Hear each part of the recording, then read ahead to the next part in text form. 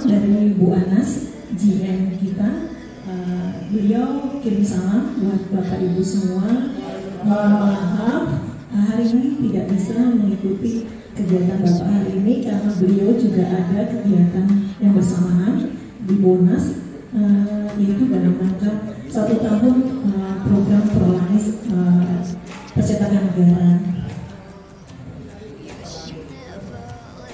Kami sangat terima kasih Bapak Ibu sudah mengundang Yakes dalam acara rapor hotel. Mungkin izin Bapak Ibu kami memperkenalkan dulu dari Yakes. Saya Dr. Ratna. Saya bertugas berdinas di Percetakan Negara. Saya sebagai medical expert.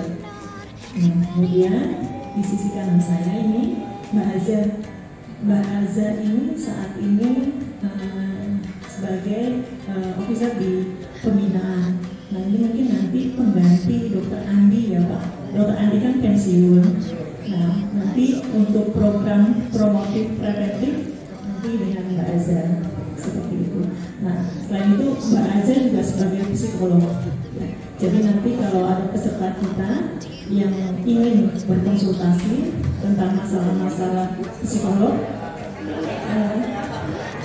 bisa dengan Mbak Azhar. Boleh Pak, silakan. Nah ini Mbak Dwi yang pakai baju orange. Ini Bapak Ibu sudah kenal ya, sudah familiar karena Mbak Dwi ini rajin sekali untuk menghadiri kegiatan P2T di Bekasi. Mbak Dwi ini sebagai Yakes AM untuk area Bekasi. Ya jadi semua rumah sakit yang di sekitar Bekasi yang megang Mbak Dwi. Nanti kalau ada kesulitan apapun nanti bisa hubungi Mbak Dwi. Nah ini Mbak Vita samping Mbak Dwi, Mbak Vita sama Yakes AM juga, tapi beliau Bogor ditambah dua rumah sakit yang di Bekasi, yaitu di Trimaya Barat sama di klinik Jack Bekasi ya, seperti itu. Jakarta Eye Center Bekasi seperti itu. Izin Bapak, saya akan mensosialisasikan, mempresentasikan tentang layanan yang Yakes Telkom. Ini nanti akan saya sampaikan tentang pendahuluan si Yakes Telkom itu, kemudian prosedur layanan Yakes Telkom dan aturan yang terkait kesehatan dan rumah sakit rekanan Yakes Telkom. Yang update untuk rekanan rumah sakit Yakes Telkom saat ini sudah ada berapa sih? Ya. Nah ini kita punya Yakes punya visi juga Bapak Ibu. Nah ini visi kita ini kita ingin sekali menjadi institusi terbaik di Indonesia dalam mengelola layanan kesehatan yang berbasis managed care dan digital teknologi terkini. Nah ini memang kalau Yakes Telkom itu sistem asuransinya adalah managed care ya Bu ya. Managed care itu artinya kendali mutu dan kendali biaya. Artinya apa? Biaya kita kendalikan, tapi kualitas mutu tidak akan berkurang, tetap seperti itu. Jadi itu dengan biaya berapapun, kalau memang itu indikasi medis, itu Yakes tetap akan cover. Ya. Tapi kalau memang itu tidak indikasi medis, itu Yakes tidak akan cover. Jadi beda sama yang asuransi individu ya, tentu ada plafonnya itu. Nah, untuk digital teknologi terkini, ini kita sudah berlaku ya di klinik-klinik TPKU kita sebagian besar sudah. TPKU artinya titik pelayanan kesehatan umum. Ini adalah klinik yang bermitra dengan Yakes Telkom. Jadi sebenarnya klinik ini bukan milik Yakes, tapi klinik yang bermitra dengan Yakes Telkom. Ya, itu sudah pakai sistem medical record online. Ya, kalau untuk klinik yang bermitra di sekitar Bekasi itu kita bermitra dengan klinik Medika Mulia dan klinik Kimia Farma Vidya. Ya, jadi cuma ada dua klinik yang bermitra dengan Yayasan Telkom. Nah itu nanti peserta kita bisa berobat di situ. Nah, kita juga punya misi kita ya kita singkat yaitu dengan pot cinta. Nah, pot cinta biasanya di mana-mana ada di baju gitu ya, baju dinas karyawan Telkom, karyawan Yayasan biasanya ada tulisan pot cinta. Nah, ini kepanjangannya yaitu kita memberikan pelayanan prima kepada seluruh peserta dengan cara meningkatkan customer experience, menjaminkan operasional yang handal melalui optimasi sumber daya dengan dukungan SDM unggul dan profesional. Terus kita juga mengembangkan layanan healthcare dan inovasi melalui pemanfaatan teknologi yang tepat, membangun citra positif kepada seluruh stakeholder. Kita juga menjaga pertumbuhan investasi secara berkelanjutan sesuai arahan investasi agar kita bisa melayani peserta yang Telkom yang terakhir.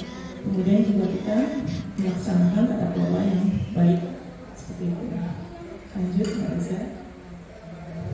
Nah ini penyelenggaraan pelayanan kesehatan berdasarkan KD nomor 28 ya. Untuk penyelenggaraan pelayanan kesehatan ini kita berdasarkan azas gotong royong ya, itu subsidi silang untuk peserta kita pensiunan. Kemudian yang kedua disesuaikan dengan kemampuan Telkom. Lanjut, baca. Nah ini total peserta Yayasan Telkom Jakarta tahun 2003 ya. Ini untuk regional Jakarta dan Banten saja ya Pak ya. Jadi nggak secara keseluruhan secara Indonesia. Nah ini untuk pegawai itu totalnya 12.190, pensiunan 13.331, jadi totalnya 225.521. Jadi memang banyak Pak. Jakarta memang peserta terbanyak dari seluruh Indonesia, paling banyak tuh di Jakarta. Ya. Lanjut, Pak Bisa. Nah ini data peserta PPKU 2023. Nah kita kan ada klinik mitra itu ada 15 yang kerjasama dengan Yayasan Telkom itu ada 15 klinik yang punya Yayasan 3. Yayasan itu ada 3 di Gatot Subroto, Selipi sama Kesehatan Negara. Sedangkan kalau klinik yang bermitra dengan Yayasan Telkom itu ada 15 ya. 7-nya Kimia Farma, selebihnya klinik biasa yang bermitra dengan Yayasan Telkom. Nah ini kalau di daerah Bekasi kliniknya itu ada klinik Kimia Farmapedia itu pegawai 35, pensiunan ada 97 peserta, jumlahnya 132. Kalau klinik Medika Mulia Bekasi ini pegawai 1060, pensiunan 2.300, jumlahnya 3.360. Nah ini memang kalau dilihat dari data ini peserta yang terbanyak itu di Bekasi ya Pak ya, dibandingkan di daerah yang lain. Jadi memang sentralisasi ini bagi pegawai pensiunan itu banyak di Bekasi ya Pak. Jadi memang seharusnya persatuan silaturahminya tambah kuat ya Pak ya. Lanjut, bisa. Nah ini prosedur layanan kesehatan. Nah, sebenarnya layanan kesehatan di Yayasan Telkom itu ada yang bersifat promotif dan preventif, bersifat kuratif dan rehabilitatif. Nah, kalau bersifat promotif dan preventif ini biasanya dipegang dengan bahasa nanti seperti itu ya. Kalau untuk kuratif artinya kan pengobatan ya. Kalau kuratif berarti ini prosedur layanannya seperti ini. Jadi kalau Bapak Ibu bisa berobat dulu di klinik Bapak Ibu terdaftar. Kalau misalnya Bapak Ibu terdaftar di klinik Medika Mulia, boleh datang ke klinik Medika Mulia sesuai dengan Bapak terdaftar di situ.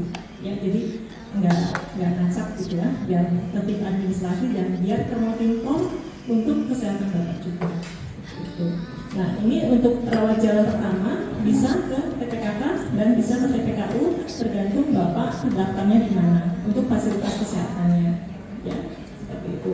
Nah, di TPKK kita ada Percetakan Negara, Selipi dan Gatot Subroto. Itu ada fasilitas dokter umum, dokter gigi, ada bedah, ada ahli gizi. Nah, ahli gizi kita bisa konsultasi dengan ahli gizi. Mungkin sebelumnya cek dulu untuk buat perjanjian di tanggal berapa bisa konsultasi gizinya. Ya. Kemudian ke psikolog dengan Mbak Aza, atau juga dengan kesehatan olahraga dengan Mas Rifki. Kita punya instruktur untuk kesehatan olahraga. Nah, telemedicine. Nah, ini telemedicine memang berlaku kemarin pada saat pandemi ya, pada saat COVID, karena memang waktu itu dibatasi untuk saling berkunjung dan berjumpa, makanya bisa dilakukan telemedicine. Tapi telemedicine masih tetap berlaku, masih bisa di TPKK untuk permintaan obat rutin. Nah, kemudian di rawat jalan tingkat lanjut, ini RCTL, artinya bila dari dokter poli kita sudah dinilai bahwa wah ini bapak ini harus dikonsulkan, dirujuk ya, harus dikonsulkan ke dokter spesialis. Nah, ini biasanya bapak harus membawa surat dulu, surat rujukan dari dokter poli kami ya, sama juga untuk laboratorium atau pemeriksaan penunjang lainnya harus mendapat surat rujukan dari dokter kami. Karena kalau tidak nanti bapak harus bayar sendiri ya, karena surat rujukannya itu yang depannya itu, yang lembar pertama asli itu, ini akan digunakan oleh rumah sakit untuk mengklaim ke Yakes seperti itu. Jadi nanti kalau nggak ada itu, rumah sakit nggak akan bisa mengklaim ke Yakes, itu nggak bisa dibayarkan oleh Yakes. Jadi seperti itu peraturannya ya. Nah, kemudian rawat inap. Nah, ini rawat inap bisa masuk melalui poliklinik rumah sakit atau melalui IGD ya, melalui IGD. Nah, kalau misalnya sudah masuk rawat inap, ya Bapak Ibu juga harus tetap membuat surat jaminan rawat inapnya dalam jangka waktu 2 kali 24 jam. Ya, sama itu juga surat jaminan itu dipakai untuk rumah sakit nanti ngaklaim ke Yakes. Kalau nggak ada itu rumah sakit nggak bisa ngaklaim seperti itu. Ya, nah nanti kalau di dalam untuk rawat inap ini biasanya kan untuk menghubungkan Yakes dengan rumah sakit atau Yakes dengan peserta itu kita ada Yakes AM ya Pak. Kalau daerah Bekasi dengan Badui, ya, jadi bisa nanti kalau kesulitan bisa ke Badui. Ya, selalu bersedia Pak. Ya, 7/24 jam. Ya, Badui ya, siap ya. Oh, non-stop tuh Pak, katanya non-stop. Kemudian home care, kita juga punya program home care Pak. Yakes punya program home care di mana pasien-pasien peserta kita yang merawat lama dan pasien ini sudah stabil di rumah sakit ya, dan ini bisa lanjut dengan perawatan home care di rumah. Karena kalau perawat lama di rumah sakit nanti akan terjadi infeksi nosokomial ya, jadi malah akan menyebabkan pneumonia karena memang virus bakteri di rumah sakit itu memang dahsyat. Jadi kalau pasien sudah stabil bisa rawat di rumah, tapi masih memerlukan perawatan lebih lanjut, kita ada tim home care itu sendiri. Kita ada dokternya, ada perawatnya yang memang setiap saat untuk bisa berkunjung ke pasien yang home care ini. Home visit masih Pak, tapi biasanya memang digabungnya seperti itu dengan home care. Jadi dijadikan satu program yang Mbak Eza sekarang ya, seperti itu. Iya. Home visit itu bulan sekali. Home visit? Home visit berapa bulan kali? Kalau home visit biasanya sih kita lihat Bapak pasien-pasien yang memang rawat lama, lansia, nanti biasanya kita data dulu. Kita ada tingkat sendiri sih Mbak Eza ya. Dengan Pak Kus, nanti Pak Kus biasanya menilai pasien-pasien mana yang perlu dikunjungi, atau memang bila ada laporan dari pengurus perbuatan yang perlu kami kunjungi, laporkan aja ke kami, nanti akan kami tindak lanjuti. Ya boleh, nanti kan kami lihat, kan kami kunjungi apakah pasien ini bisa dijadikan untuk pasien home care atau tidak, seperti itu, atau hanya pasien home visit aja yang kita kunjungi, seperti itu. Nanti boleh dilaporkan ke RSCOM. Ya. Nah ini ada nomor pelayanan kesehatan yang telemedicine ada, biasa untuk obat-obat rutin, ya kes siaga ada, nanti bisa tanya di situ tentang info apa aja Bapak ingin ketahui. Ya. Ini tadi sudah ya. Kalau misalnya peserta kita udah ini nggak bisa ke poli karena memang kasusnya emergensi, nah ini bisa langsung ke IGD. Ya. Kalau ke IGD tanpa harus membawa rujukan boleh, nggak apa-apa. Tapi memang ini kasusnya kasus emergensi. Kalau tidak kasus emergensi, biasanya IGD juga tidak akan melayani, tidak akan mau melayani seperti itu. Ya. Kalau tidak kasus emergensi, ya Bapak bisa ke klinik kami.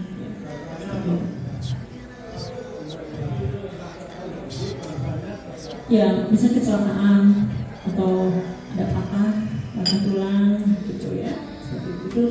Ya, emergensi yang memang keracunan ya, keracunan yang memang harus cepat, kejang ya, kejang itu harus cepat penanganannya, itu bisa melalui IGD. Nanti kalau udah stabil, kalau memang boleh diperbolehkan pulang, itu boleh pulang tanpa harus membuat surat rujukan atau jaminan. Tapi nanti setelah di assessment di IGD, Bapak Ibu atau kami keluarga yang harus dirawat itu harus tetap membuat surat jaminan rujukan dan diambil di poliklinik di atas. Nah ini pelayanan kesehatan yang tidak ditanggung oleh perusahaan ini. Jadi ada beberapa peraturan yang memang tidak ditanggung oleh perusahaan. Ya. Nah ini satu penyakit atau penyalahgunaan obat, ya, penyakit yang disebabkan oleh penyalahgunaan obat sensitif itu nggak kita cover. Ya. Ya. Jadi misalnya pasien datang ke IGD kecelakaan karena mabuk alkohol, kan suka tercium tuh. Nah, ya karena efek dari narkoba, efek dari mabuknya tersebut. Tapi kalau kecelakaan karena lalu lintas itu masih bisa dipakai. Ya. Kemudian imunisasi di luar imunisasi dasar balita. Biasanya imunisasi kita cover untuk balita.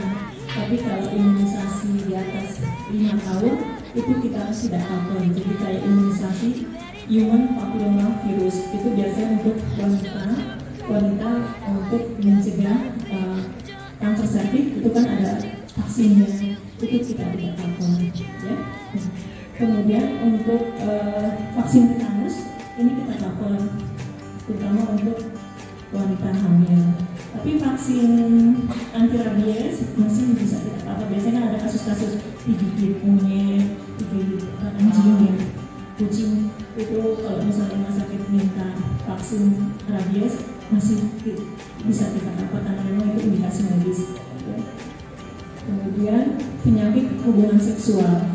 Nah ini di peraturan ketentuan direksi kami bahwa penyakit karena hubungan seksual itu tidak kita cover. Yang HIV, AIDS juga itu tidak kita cover. Ya. Jadi penyakit AIDS atau HIV atau penyakit yang berhubungan karena penyakit AIDS atau HIV-nya itu perusahaan tidak cover. Ya, seperti itu. Penyakit kelamin juga kayak sifilis, DO itu enggak, pengobatannya dan pemeriksaan penunjangnya tidak di-cover sama perusahaan. Ya. Kemudian pengobatan alternatif dan pelayanan kesehatan yang belum diakui resmi di bidang kesehatan itu tidak cover. Ya. Pemeriksaan atau pengobatan atas kemauan sendiri itu cover. Terus biaya pemulangan jenazah. Ya. Ini kami nggak cover. Ya. Yang ambulan atau yang pengurusannya itu tidak kami cover, jadi pihak keluarga. ya nanggung. Ya. Tapi semua pemeriksaan medis nggak apa, tapi untuk pengulangan jenazah enggak. Pemulasaran, ya, iya, iya, iya, iya. Jadi kalau misalnya pasien ini ya terus kan ada proses untuk pemersamaannya itu kita nggak baik ambulannya juga kita nggak ada. Terus yang infertil sekunder juga kita nggak apa, tapi biasanya kan bapak ibu pensiunan nggak ada begini, udah punya anak lah, udah punya cucu ya. Nah, terus yang terakhir penanganan dan pengobatan mikropenis dan disfungsi ereksi ini enggak bisa di-cover.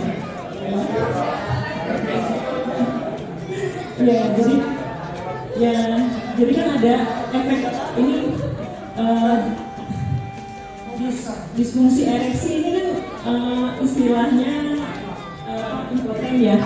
Nah ini biasanya bisa terjadi pada pasien-pasien kencing manis yang tidak terkontrol, yang tidak terkendali. Jadi efeknya ke pembuluh darah penis itu dia nggak berfungsi, jadi aliran ke penis itu nggak bisa, jadi dia nggak bisa ereksi.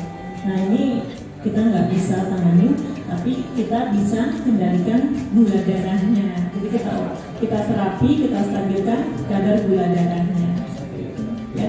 Kemudian obat-obatan yang tidak ditanggung perusahaan, yang tidak mempunyai khasiat langsung dalam penyembuhan penyakit penderita. Contoh stem cell kan banyak nih sekarang untuk pengobatan kanker, pengobatan ini, pengobatan itu, tapi kan evidence-nya belum ada, jadi belum bisa apa. Dan bersifat kosmetik juga tidak, dia kayak pelembab, sunblock itu nggak bisa. Yang bersifat herbal, ya, yang bersifat obat, ekstrak herbal itu kami nggak bisa. Ya. Pasang gigi, pasang gigi atau kawat gigi? Itu kan kosmetik ya Pak. Kalau kosmetik kita biasanya sih enggak. Kan mereka itu kan kawat gigi bersifat kosmetik. Ya, harusnya ompong. Pengobatan alternatif juga kita nggak bisa. Ya kayak apapun kalau itu kita nggak bisa. Kemudian vitamin ini kita beri vitamin asal ada indikasi medisnya. Ya, kalau misalnya dia anemia, kekurangan zat besi, kita kasih suplemen vitamin zat besi masih bisa. Ya jadi kita masih bisa berikan vitamin kalau memang ada indikasi medis. Tapi kalau misal dia tidak anemia tapi diberikan zat besi ya nggak akan kita kasih gitu ya.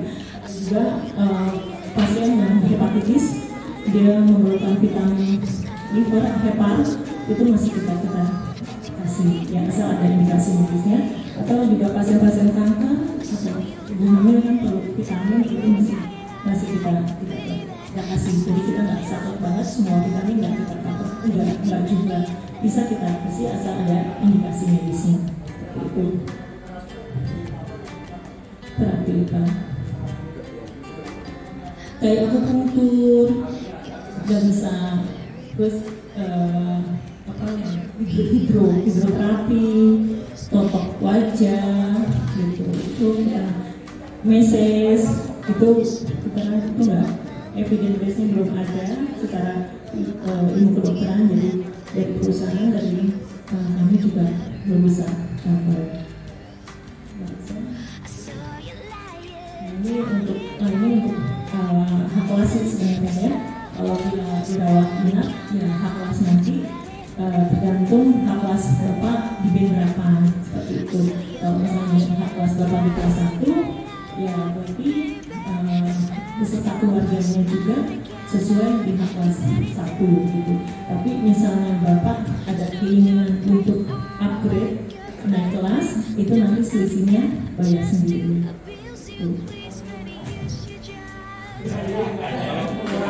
Kelas dapat ini kembalian.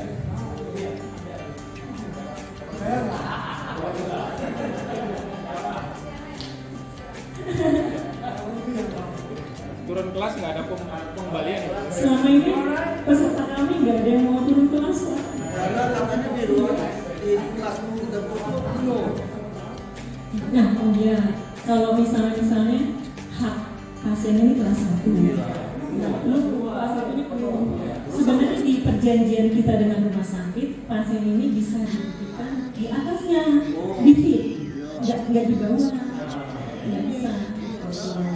Dititipkan, ya bisa kelas 1 titipkannya ke fit. Kalau misalnya bapak kelas 2 nanti dititipkannya ke kelas 1. Gitu. Tapi tidak dengan membayar selisih, enggak. Karena kan itu kesalahan dari rumah sakit. Karena kamarnya penuh. Ternyata tidak ada kayak gitu.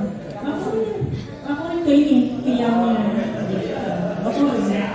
Ya, nanti iya, jadi kita tahu di rumah sakit di perjanjiannya kan harus ditaikkan, bukan diturunkan. Nanti biar jadi bahan koreksi kita untuk evaluasi rumah sakit itu ke depannya.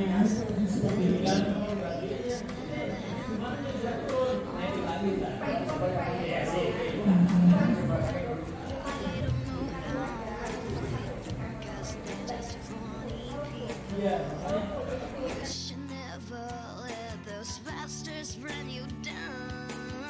Nyimpang dikit karena berkaitan dengan itu tadi semua mayoritas kan sudah dilaksanakan. Tanggal 20 Juni yang lalu Rumah Sakit Primaya Kalimalang ya diri juga oleh Bu Dwi presentasi ke kita Bu, bagian pengurus dengan Kasih ini. Ada permasalahan di situ bahwa nanti tolong diluruskan Bu Dwi kalau saya ada yang kurang lengkap atau salah. Ternyata dia tidak PKS dengan Yakes, sehingga hanya pasien BPJS yang bisa di situ. Sementara yang dia tawarkan itu fasilitas yang bagus-bagus Bu. Contoh yang dia tawarkan, ngapain jantung ke harapan kita sekarang dia bisa. Nah, itu maksudnya kita nggak usah. Yang jadi masalah PMP kita tidak.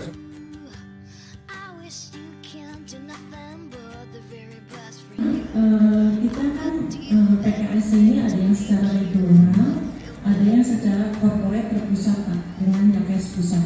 Nah, untuk Primaya Group dan Hermina Group ini PKS-nya itu secara korporat. Nah, ini penambahan rumah sakit ini memang ditujukan awalnya untuk bisa pemanfaatan BPJS seperti itu. Memang ditujukan seperti itu. Tapi memang kita PKS dengan Primaya Group yang kita Bekasi ini. Nah, untuk kita PKS di sana, tapi memang nggak semuanya kita panggilkan Pak, karena memang kita hanya panggilkan dengan yang unggulan-unggulan saja seperti itu. Tapi memang kalau kasus emergensi, kalau Bapak misalnya ke IGD itu masih bisa kita layani seperti itu. Ke Primaya ya, karena memang ada kayak Hermina nih, kita kan secara grup, secara korporat untuk kerjasamanya. Nah, kita untuk Hermina itu dengan menggunakan COB BPJS. Nah, itu memang kita maksimalkan untuk penggunaan BPJS-nya. Tapi memang kalau untuk Hermina kita agak kesulitan untuk komunikasinya di sana Pak. Ada beberapa pasien kita yang dirawat di sana juga masuk dan pulang nggak infokan ke Yakes. Jadi maka itu kadang-kadang kita sulit untuk evaluasi pasien kita yang di sana seperti apa kondisinya, ini bagaimana. Betul pasien sudah dipulangkan aja.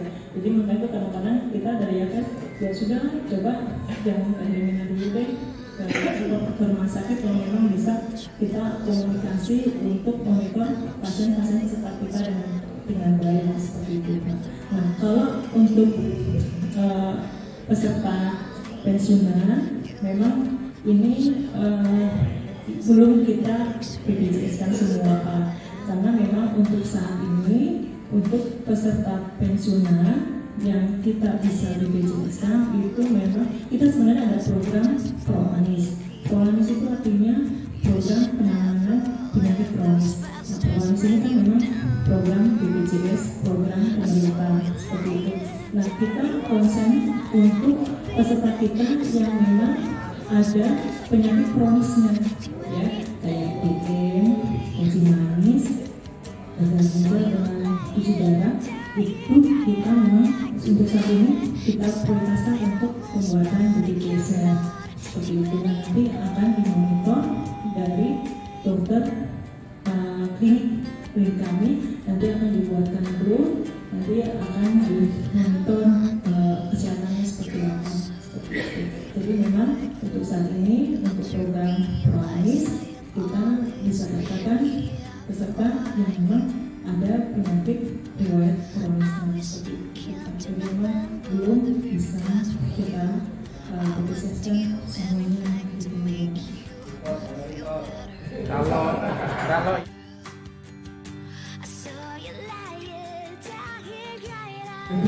itu udah dengan pusat, bukan dengan regional Jakarta dan Banten lagi. Ya, jadi peraturannya itu memang sudah ditetapkan dari pusat.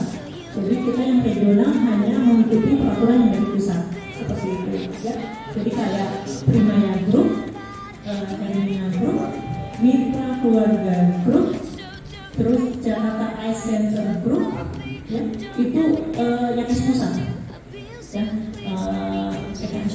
tersentralisasi di sana, jadi peraturan-peraturannya juga dari sana. Kami hanya menurut saja peraturan dari atas, kecuali yang regional itu yang kayak Premier Jatinegara, Bintaro itu Jakarta, ya masih TNI itu masih regional. Dan Banten itu ada 73 rumah sakit. Nah kita cuma ada 8 Yakes AM Pak. Jadi masing-masing AM itu membawai sekitar 10 sampai 12 rumah sakit. Jadi memang lumayan, ya lumayan capek juga. Iya, bisa ditambah dari semangat.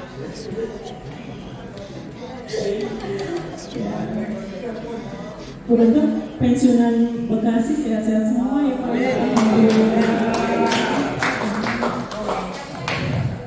Ya, kegiatannya boleh senang, berenang.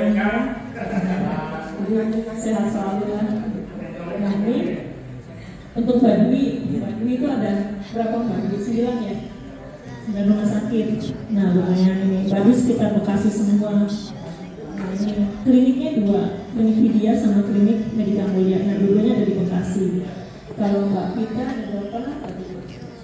7 ya, daerah Bogor, ditambah 2 daerah Bekasi. Ya.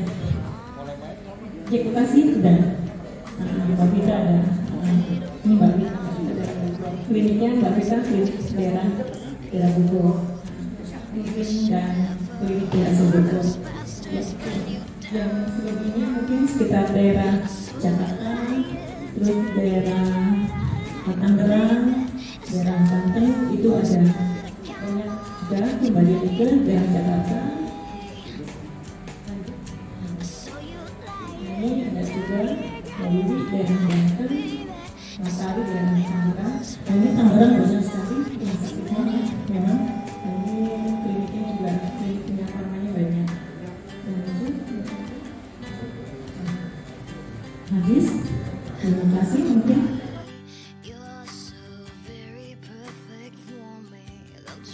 Ibu, perkenalkan saya Azamulidya, saya juga dari Yakes Percetakan Negara.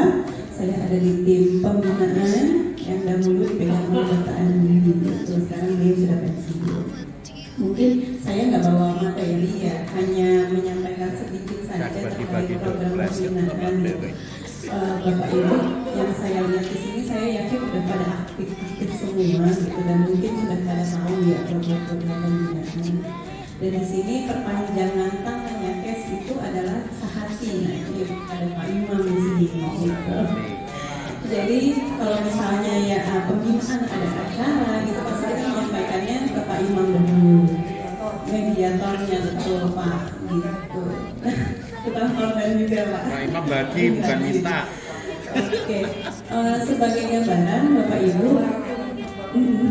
program pembinaan itu ada webinar online ya sebulan 2 kali, ada senam setiap hari ada online ya, senam offline-nya di YWC Yakes Percetakan Negara dengan Mas Rifki juga masih buka Pak, betul ya bisa Pak Senin sampai Jumat buka terus gitu. Tapi kalau misalnya terlalu jauh, mau ikut yang online juga cukup sebenarnya Bapak Ibu. Dan online itu instrukturnya lebih bervariasi, kegiatannya juga lebih bervariasi. Gitu. Yang baru di senam online adalah sekarang setiap hari Selasa sore itu ada senam khusus untuk DM dan hipertensi. Jadi gerakan aerobiknya, gerakan latihan bebannya di-set khusus oleh tim itu untuk dapat bantu mengelola penyakit tersebut. Gitu. Ya, betul. Selasa sore setiap jam 3:30. Ya, nanti gantian minggu ini hipertensi, minggu depan DM dan selanjutnya. Dan pastinya untuk penyakit-penyakit lain seperti jantung, ginjal itu juga dari tim pembinaan nanti ada programnya. Begitu. Lalu selain itu home visit tadi yang sudah ditanyakan juga ya, home visit kita sebenarnya masih berjalan walaupun memang tidak ditargetkan. Jadi bentuknya mungkin lebih mengharapkan aktif dari Bapak Ibu nih. Kalau misalnya ada PMP-nya yang melaporkan, silahkan nanti hubungi ke saya atau Pak Kusnadi. Nanti hubungi ke beliau, kita atur gitu kapan untuk kunjungannya. Gitu. Home visit, home care nanti kurang lebih sama. Jadi tinggal infokan saja semuanya, komunikasi ya Bapak Ibu. Ya, untuk stroke juga sebenarnya kita baru mulai bulan lalu Pak.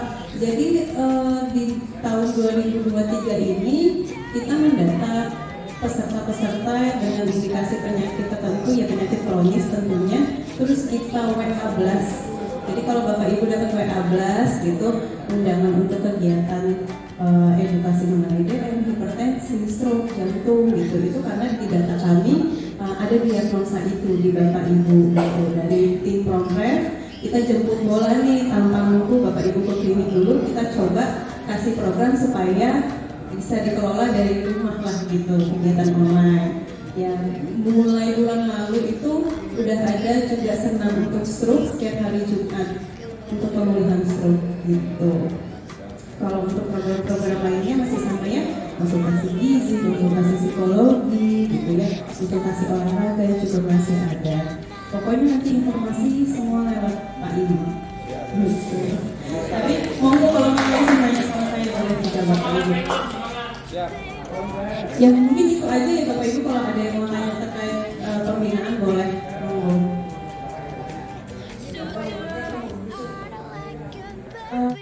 Don't ever get a chance to abuse you.